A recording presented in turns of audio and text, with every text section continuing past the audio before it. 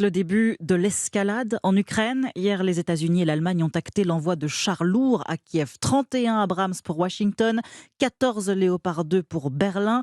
Moscou y voit la preuve d'une co-belligérance américaine et européenne. Alors, quid de la France? Dimanche, Emmanuel Macron n'excluait pas l'envoi de chars Leclerc, mais ce matin, ce n'est pas vraiment d'actualité, Louis Dragnel. Oui, absolument, pour plusieurs raisons. Tout d'abord, comme l'explique ce général, on ne va pas livrer des chars Leclerc sous la pression des Américains et des Allemands. Ensuite, le message de l'Élysée est clair. La France se félicite de la décision allemande qui amplifie le soutien que nous avions engagé avec la livraison des AMX-10 RC, des chars à roues. Une trentaine est en cours de livraison à l'Ukraine, ce qui signifie explicitement pour le moment qu'Emmanuel Macron ne compte pas aller au-delà. On reste les premiers à avoir donné des chars, rappelle un conseiller du président. Enfin, comme le confie ce haut gradé, Emmanuel Macron sait que s'il livre des chars Leclerc, demain, l'Ukraine demandera des avions et puis pourquoi pas des bateaux de guerre. Et là, on ne pourra pas.